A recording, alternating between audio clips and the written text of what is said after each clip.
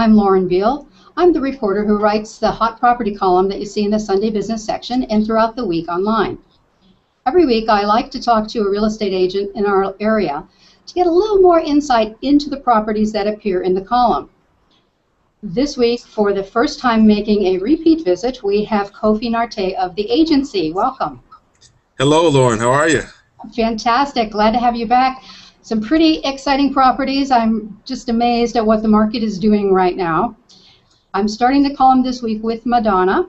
She has officially listed her home in Beverly Hills. I guess home isn't really the right word. It's huge. Close to 17,000 square feet of living space. Yes. She purchased this from Celia Ward, an actress, and has just totally rebuilt it. Right. Had been pocket shopping it last year. I'd heard from several area real estate agents at about the 28 million mark, and it's come in now at 22.5. And this is actually one of the really great things about the pocket listing phenomena that we have out here is people who are thinking of selling but aren't perhaps quite sure on their pricing can sometimes just test the market a little bit ahead of time, which is apparently what she did. But now it would appear she is getting serious. What I don't know, and perhaps you can help me with, is how does this compare to other homes of this size in the neighborhood in terms of what she's asking? Actually, at 22 million, it's right in line with where it needs to be for the neighborhood. You're exactly right. It was listed as a pocket for quite some time, and it is a great way to market the property quietly. And these types of homes at this price point, there's only going to be a certain number of buyers. So you'll get a good feel through a pocket listing if you're in the right stratosphere. And at 28, it was a little bit high, but at 22, it definitely hits the mark. And it's on Sunset Boulevard, but it's not exactly on Sunset Boulevard. So that's good. It's a flag lot. You have an additional level of privacy there. It's sort of a reverse layout. You have the pool and the tennis court up front and the house behind that. But you're not right on Sunset. And even being on Sunset's not a problem these days. Our office, I think we sold a house there just this year for just this past year actually for over 30 million. So being on Sunset isn't even a challenge, but the fact that it is a flag lot gives you an added layer of privacy. Yeah, and that's a fantastic comp for her to have that larger sale. A lot of people have asked me what exactly is the flag lot. So you just have to imagine she's got a 500-foot driveway to access her house, which basically is sitting kind of behind another house. So she is really insulated from the street noise, a lot of privacy. And a thing that she's known for is really going in and doing houses to the nines. Now, there have been no interior photos made available. There's one aerial, and that's all we've been able to see. But based on previous homes she's owned, I imagine that it's really quite a palace. She definitely put her stamp on the house. I haven't been in the house myself, but word travels for people who visited the house. And even to see the house now, you have to sign a non-disclosure agreement that you're not going to share any information about the house. But I understand it has a pretty eclectic feel, and definitely Madonna's put her stamp on it. Well, that explains why no one will tell me what that house looks like. Thanks for enlightening me. It's top secret. Top secret. I guess it is. It's getting harder and harder to write this column because there have been so many top secret deals. Right. The next one we're going to talk about is also top secret. This did not go in through the multiple listing service. It was done off market. I've only been able to connect one realtor's name to it. And we know the sellers are Mark and Nancy Howard. Did I get that right? Yeah, Mark and Howard Nancy. Marks. Howard Marks and Nancy Marks. I thought I had that backwards. And he's involved in Oak Tree Capital and is a billionaire. They sold for $75 million, which pretty much blows everything out of the water in terms of all the sales we had last year in LA County. Also huge for Malibu. We've had some near $40 million sales there, but really quite phenomenal that this is the price. Now, in a few weeks, when it comes to the public record, we'll probably see that it's been sold to an LLC or some kind of trust that we're not able to identify. There's been a lot of speculation about who the buyer is, but one thing's for certain, it's a pretty small group of billionaires who are going to shell out $75 million. Now, I'm just wondering if perhaps this buyer overpaid. And we're not privy really to, other than the acreage at 9.5. We're not privy to a lot of home details because it wasn't done through the MLS. Right. But to be so much above the other Malibu properties that have sold, I was just wondering if perhaps that might be a little bit of an overpay. Do you have any feel for that? Well, it's hard to even have a comp for a property like that. When I see these types of sales where it involves adjacent lots, and there are a couple of lots that added to the acreage here, I think about it as monopoly.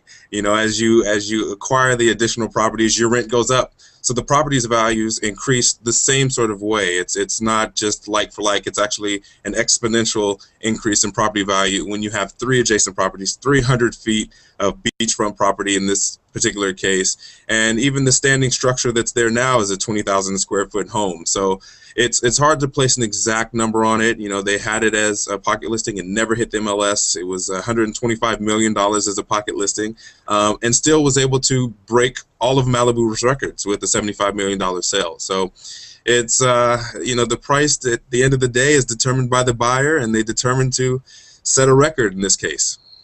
Yes, that is some factor that people maybe don't think about, is there always can be a little bit of ego involved.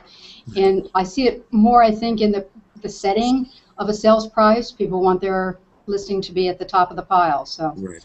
That can be a factor. Definitely. With some of these sort of astronomically priced properties, it's more of a calling card, just to let you know that this property is an exclusive property, and we're trying to catch the attention of the people who can afford it. It's not the Forbes top 500, for example, it's the top 10. So you price the property in that price range, and you will attract the type of media attention that will get it in front of those particular buyers. Yeah, and I always think it's so curious, too, that it is trying to be kept some sort of state secret, because people live in Malibu, people will know who bought the place, but for now it's a little bit cloaked in mystery. So I guess we'll wait and see. Yes. Now there's a couple more houses in the column, nothing quite as grand, but a couple that I wanted to mention. One was this house that Nancy Sinatra bought. Now this was curious to me because she bought it just a year ago.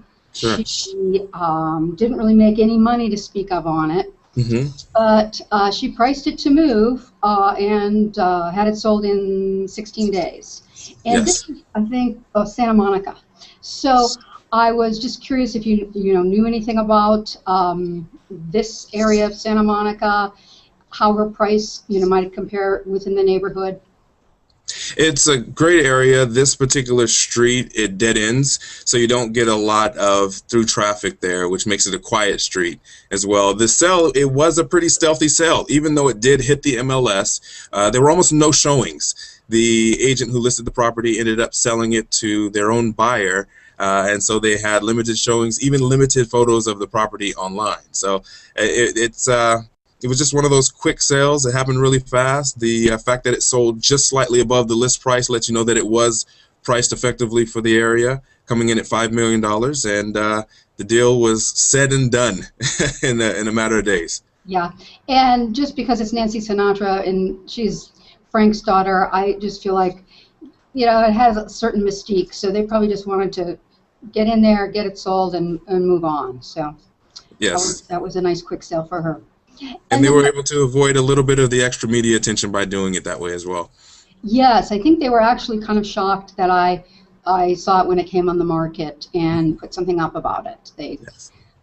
They're usually they can't say anything, but I just had heard some ripples through the real estate network. They were surprised I caught it so soon.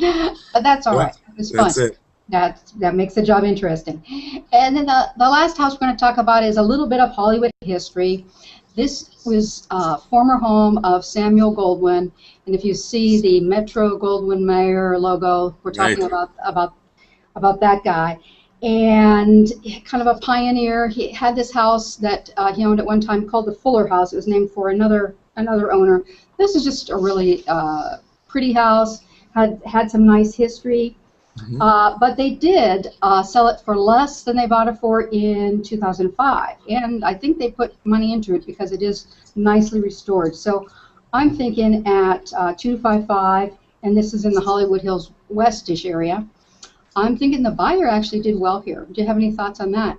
I completely agree with you. It's one of those homes. It's a neo-traditional, neoclassic home, beautifully done. The finishes are just amazing, and I do think that the buyer got a pretty good deal on the house. They completely kept everything immaculate, put some money into the home, and that particular area is, as you know, it's hot, hot, hot, just like the hot property section of the paper. And things tend to move pretty quickly. And this one was on the market for just over 80 days, so that's, you know, not as fast as some of the other properties have moved, but still in line with the way things are moving in that area. So yes, I do think they scored well on this one.